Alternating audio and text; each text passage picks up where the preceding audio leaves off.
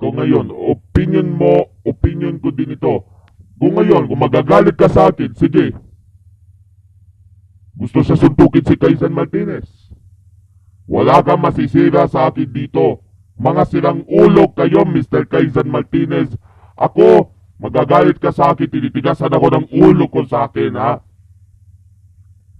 Putang ina mo, Kaisan Martinez, gusto kita mumurahin. Ano ba yan? Puro radyo laban ka pa, puro PBC ka pa. Sino ka? Hoaxel?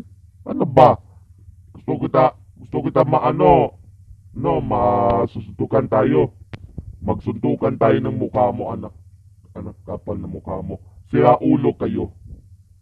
Okay. By the way, kinopyright mo, Mr. Kaisan Martinez, puro radyo ng laban ka pa.